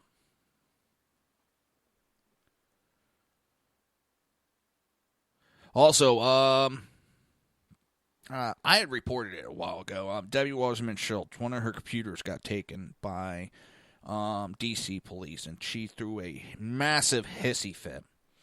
Well, it seems that this Muslim IT specialist, and yes, I do point out the religion because, well, the house that they were living in that they abandoned real quick, it got rented out, I think it's a Marine that was living there now, renting the house from the people. He found a bunch of hard drives with government markings, so he turned it over to the government. And it seems these hard drives they tried to destroy. These gentlemen, or this gentleman, well, he's been working for the DNC, Debbie Wasserman Schultz, and a bunch of senators, well, a bunch of Congress personnel. They have a bunch of hard drives and laptops that look like they tried to destroy that had been turned over to federal law enforcement. Now, the one guy tries to flee the country, was arrested at one of the airports recently. This is linking to a laptop was taken as evidence, and Debbie Wasserman Schultz threatened the police chief, the D.C. police chief. I think it's D.C. police. Because he took the laptop as evidence of a crime being committed. So now, that was like last year. Now, all of a sudden, these components of hard drives and laptops show up and get turned over to federal government. And this guy tries to flee the country.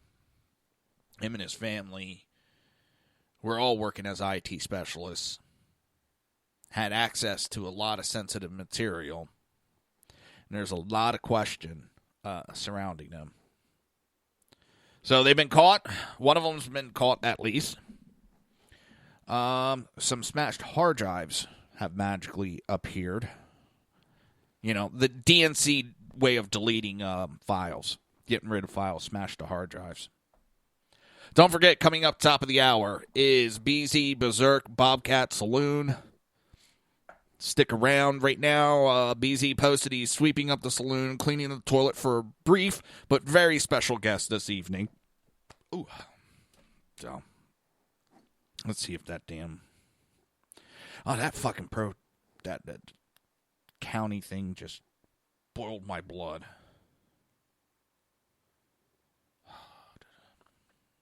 Pisses me off. Pisses me off these sanctuary cities do.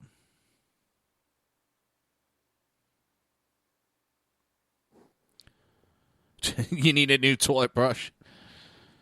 I thought you needed one, period. I was told you'd been using your hands.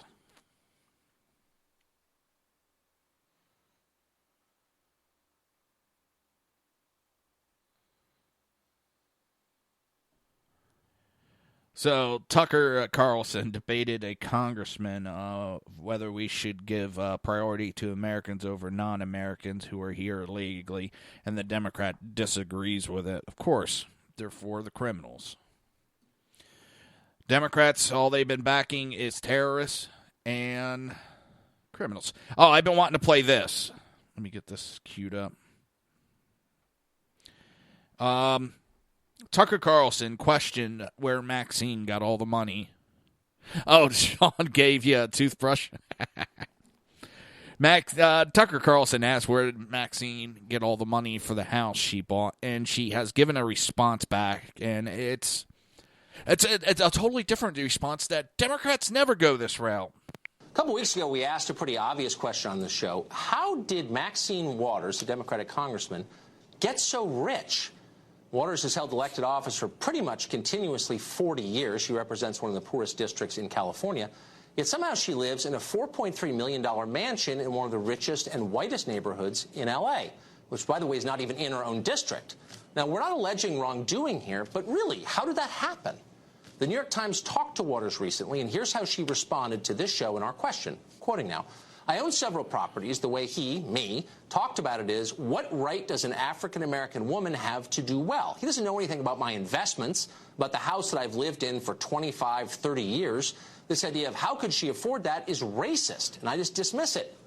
In other words, we're bigots for asking the question. You surprised? I mean, what else was she going to say? By the way, it doesn't look like she's lived in that house for 25 or 30 years. Real estate records suggest she just bought it 13 years ago and has spent an awful lot since to remodel it. So again, where'd the money come from? Maybe she borrowed it from relatives. Since 2006, Waters has paid her own daughter $600,000 from campaign funds. Then there's her husband, who was once a director of One United Bank. Never heard of it? Well, in 2008, One United Bank got a $12 million taxpayer bailout after Waters encouraged the Treasury Department to take up the case. At the time, she did not disclose that her husband had worked there or that she still had stock holdings in that bank. Maybe those were the investments she mentioned. Or maybe she was referring to the more than $1 million the L.A. Times reported that her family has made by doing business with companies and people she's helped in Congress. By the way, that was almost 20 years ago. Now, some people think all this looks a little unseemly, if not criminal. One liberal group ranked Waters as among the most corrupt members of Congress. We are withholding judgment on that, despite the Congresswoman's name-calling, but we really would like a real answer. We've asked Waters to appear on this show many times to explain. We're going to keep. Well, of course, what did we expect her to go to? The typical racist comment. They can't explain, so we'll call you racist. It's typical bullshit, and it.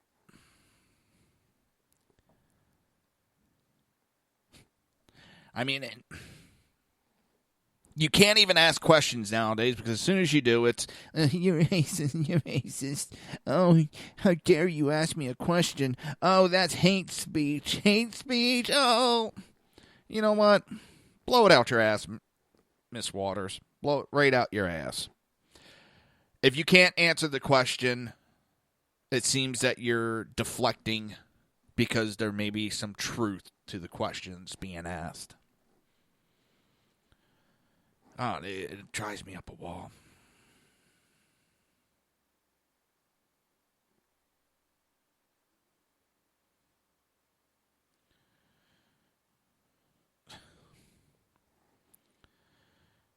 No, it seems there was a protester who decided to act out during the rally today for President Trump, and Secret Service and police didn't exactly treat him with kid gloves when he acted out. And from what I've seen, they really haven't so far. I'm watching the video right now. They really didn't mistreat him that much. So, you know what? It's anytime the left gets their little pee-pee smack, they think they're been mishandled. Oh.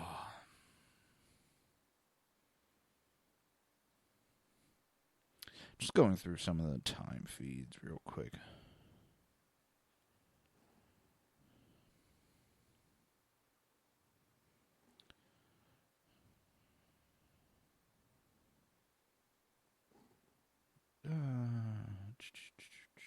Oh, I love this one. This one is from ProgU. And this one discusses about the myth that the South used to vote Democrat, now it votes Republican. That's the proof that the Republicans are racist. I want you to listen to this. I know I'm playing a few videos. Just there's some videos I've been wanting to play of late, and they can't come across towards me right now. So I want you to listen to this ProgU piece of how it's just a bunch of bullshit when they say the party switched.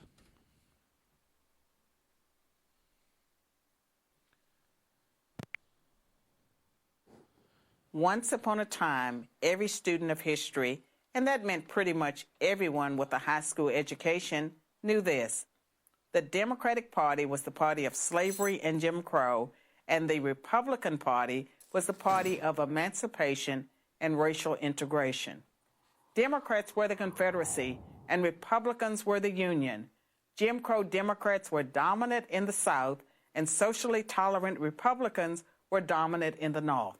But then, in the 1960s and 70s, everything supposedly flipped. Suddenly, the Republicans became the racists, and the Democrats became the champions of civil rights.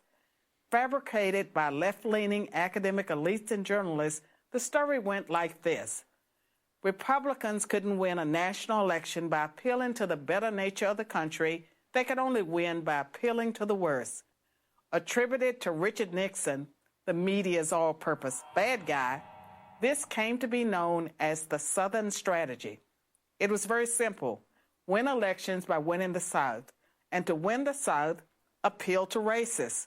So the Republicans, the party of Lincoln, were to now be labeled the party of rednecks. But this story of the two parties switching identities is a myth. In fact, it's three myths wrapped into one false narrative. Let's take a brief look at each myth in turn. Myth number one, in order to be competitive in the South, Republicans started to pander to white racists in the 1960s.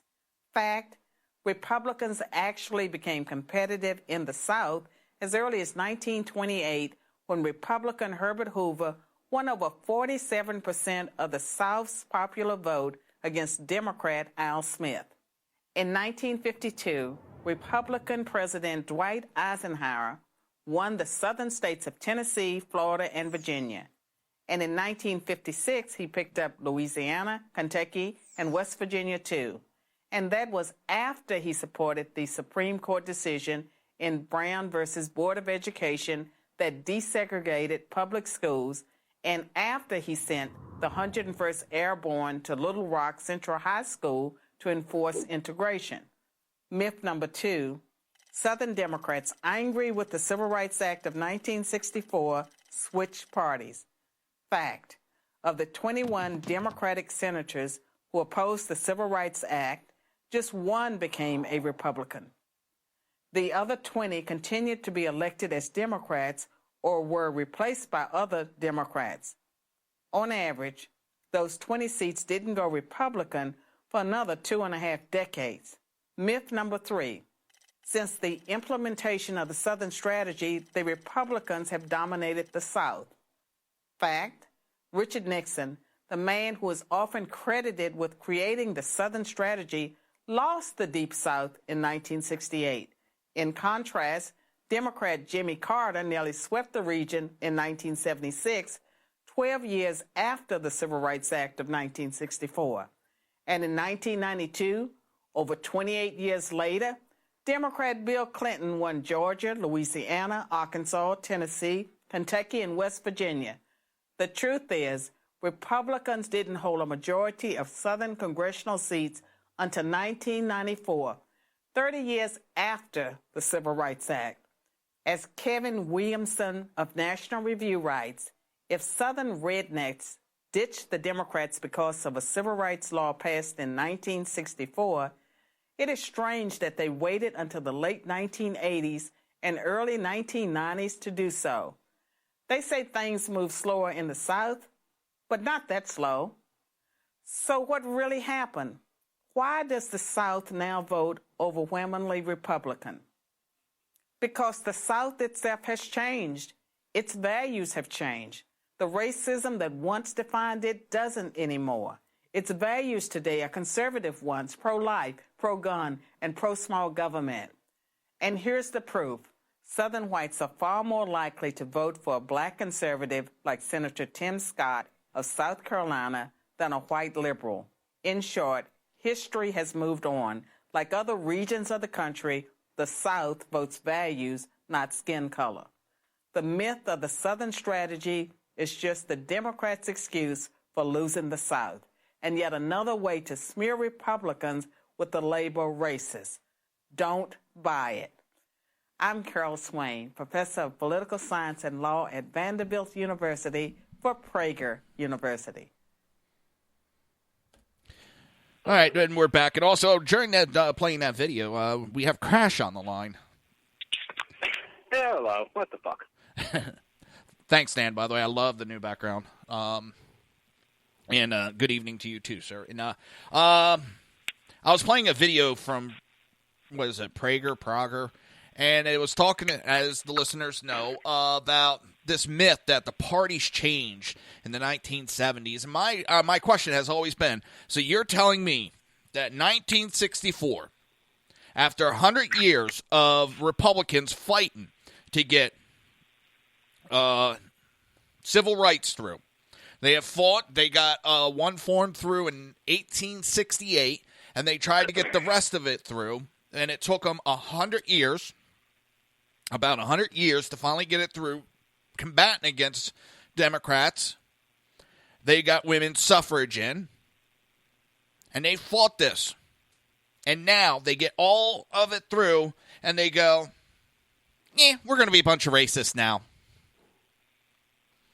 It doesn't even make sense, this mythical switch. Then I will also ask, okay, so if they switch, how many Republicans went to the Democrat? None. How many Democrats went to the Republican Party? 1. How do you call that a switch? Stop trying to break into cars. It's not a switch. It's a narrative to suit the Democrat side. Well, it's so that they could steal the history of the Republicans and claim it for themselves. What have they been trying to do all this time? They're trying to rewrite history. Let's remove monuments of the Civil War. And somebody pointed it out. And that guy's an idiot. Somebody actually pointed it out very interestingly, and I kind of pissed off at myself, and actually you, that we never brought it up. Because they're taking down the Confederate memorials. Now they're talking about moving gravestones and cemeteries and everything. And there was an act by Congress after the Civil War that made all Confederate soldiers U.S. soldiers with the same privileges, the same rights, their spouses. They are U.S. veterans, just the same as the Union soldiers, just the same as our Vietnam vets, just the same as our Gulf War vets. They are supposed to have the same status. So, what the fuck? Oh, I know. That's not being brought up. What it has to do with is they saw, oh shit, there's going to change in the tide, and their real history's been really blasted out there. Exactly, and they don't want that. So they're saying that, oh no, that's not our history. Well, have you heard the rewriting of history of Abraham Lincoln? That he was actually a racist. He hated black people. He wanted to keep them in chains, but he used it so he could start a war because he was just a warmongering idiot. They're just trying to rewrite everything. That's why they want to remove. That's why they want to remove the monument. They want to remove. They want to hide their history. Remove all that because if they remove items that were engraved, if they remove actual things that were engraved in stone over 100 years ago, what is there to combat this? They can say, well, that's hearsay. Well, that's in a book that was written 20 years ago. That doesn't mean it's true. Well, that was written by such and such publishing agency. That doesn't mean it's true. It's easier to conceal that way. You've got a national monument that's out there that everybody walks by and they can read the stones. It's a lot harder to conceal the truth. Yeah. That's why they want to do away with it. That's why they've been pushing this freaking shit. Oh, I know. It's absolutely ridiculous. I can't believe there's so many weak-minded idiots that fall for it. We have it here in Hillsborough County. Outside the Hillsborough County Courthouse, there was a memorial to some Confederates. It's been there for 106 years.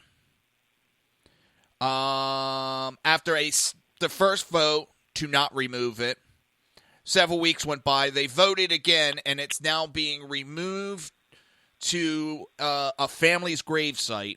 Brandon's family gravesite, which is the namesake for Brandon Township. As long as it's not on Hillsborough County property, and Brandon family has to pay for the removal of it immediately. That monument's been there 106 fucking years, and no one's been offended by it. And now all of a sudden, the goddamn liberals got their panties in an uproar. Oh, I'm so offended. It reminds me of slavery. Yeah, but you vote Democrat, and Democrats are the party of slavery. Oh, no, they switched. Let me get this straight. We can have a piece of timber out in the middle of the woods, and the historic societies and everybody else are out there in arms that we got to protect this.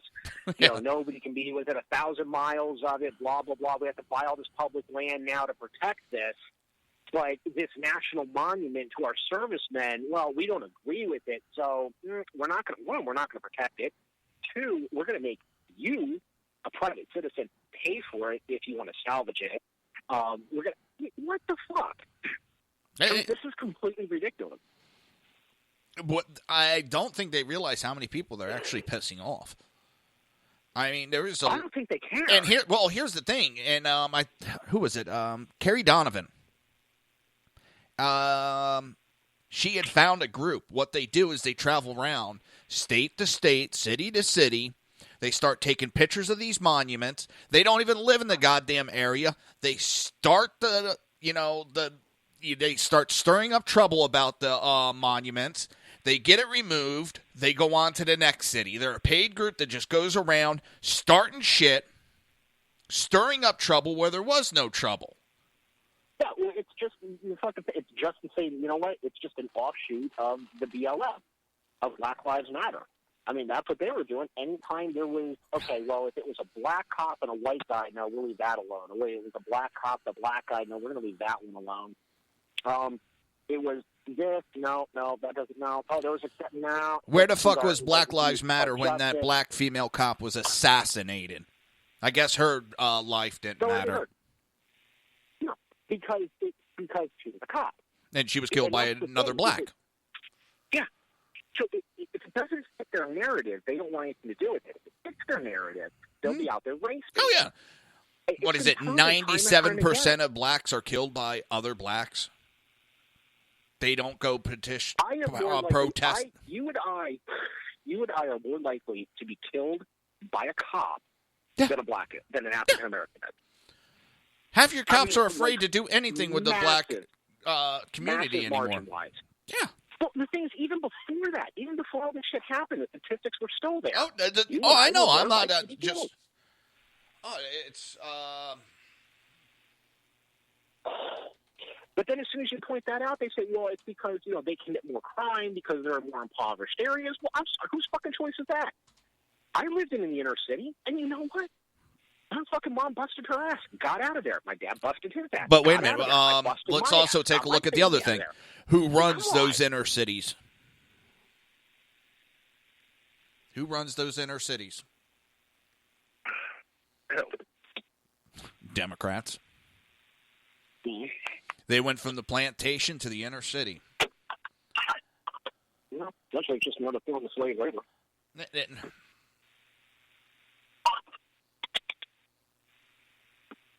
You're right. I mean, honestly, you are right. I mean, my whole state is essentially the perfect example of that crap.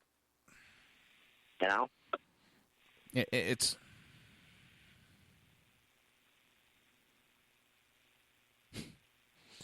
I just want to give a heads up. 9 minutes from now, we will have the BZ Berserk Bobcat Saloon. You want to stick around? I know he's got a special guest tonight, and he's cleaning the saloon up, getting it ready. I think he just got done with cleaning the toilet with a toothbrush. So,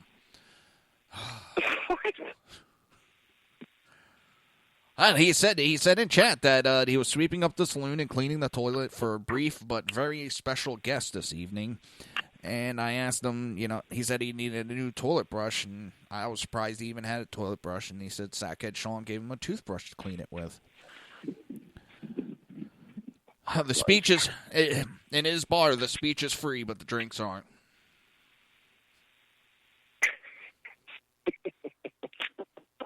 The speech is free, but drinks are twice the price. Yeah, we make up for the free speech by charging double for the drinks. Exactly. Capitalism. Oh, man. No, wait a second. It's not a Democrat place, right? So No. Oh, God, I think I'd get shot by him for, even suggesting that it would be liberal. I'm waiting for the big, FU from him in chat.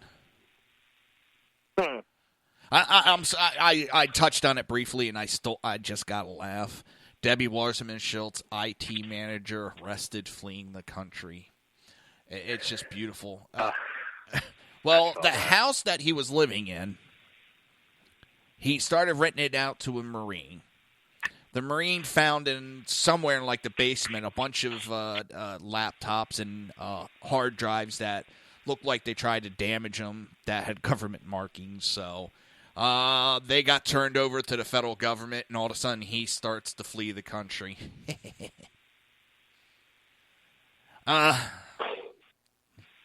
This might be the last article. Let's see, because I know this might light you off, Crash. Everybody remembers Omar Patin. He is the terrorist that went on a rampage in Orlando and shot up the gay Hispanic nightclub. Pulse. Thank you. I couldn't remember the name of it. Well, his wife, taxpayers will be forced to pay the legal fees of the wife of an Orlando terrorist who pledged allegiance to Islamic State, according to a motion her attorneys filed in court. Why do we have to pay her legal fees? Because she is considered indigenous. What's funny is wasn't she caught in another country? She renounced her citizenship. How is that indigenous? I don't know. That's libtard mentality. Yeah, it's well, it's right before you called in. I was playing live audio from California City Hall, where they were discussing legalizing a sanctuary city, and you had all these, well, I'm a child, and my parents are afraid to go out the front door because we'll get separated, and it's not fair, it's not right. I'm a straight-A student, and they shouldn't be deported because I'm a straight-A student. Okay. I didn't. I'm sorry, I don't see the correlation here. Neither do I, but it goes to Democrats back terrorists and illegals and criminals.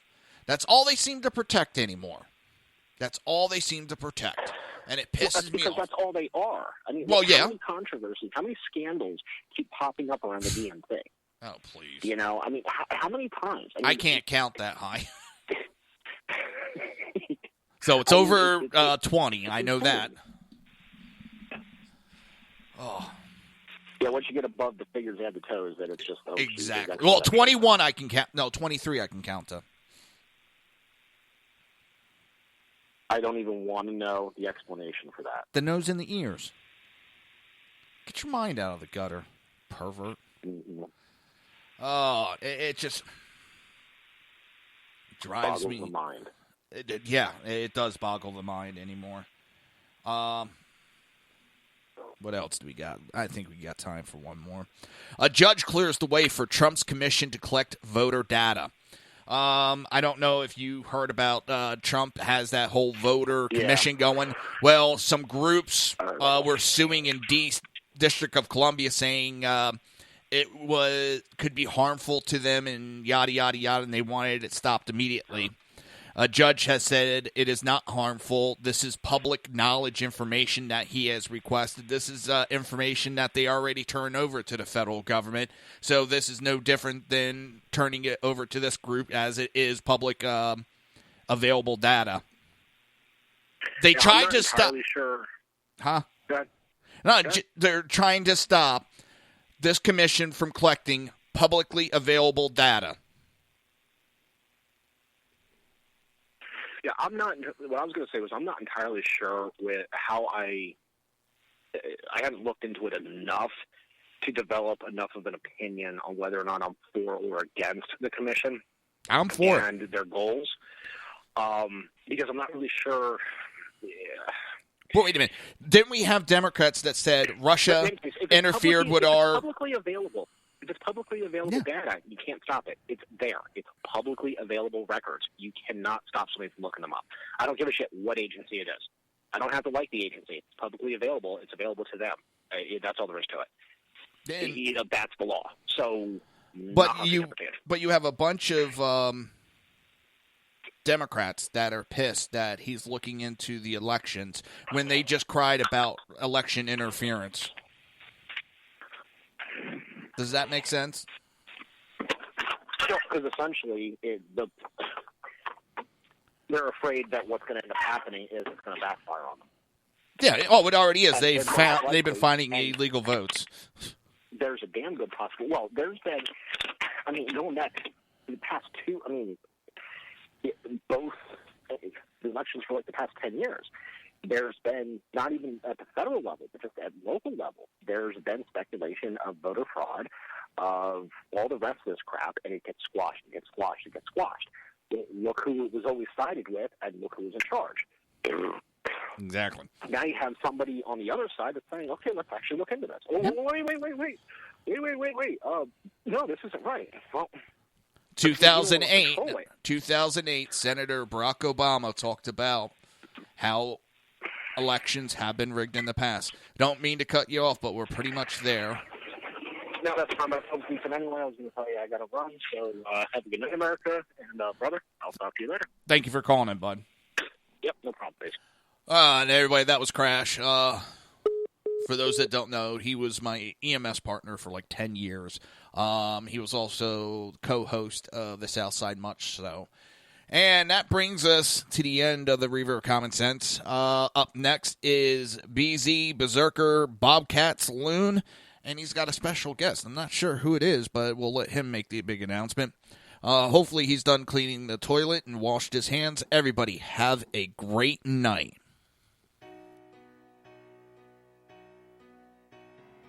You've been listening to the Reaver of Common Sense with its host, Jersey Joe. You can tune in every day, Monday through Friday, 11 a.m. to 1 p.m. Eastern Standard Time, right here on hppundit.com and shrmedia.com.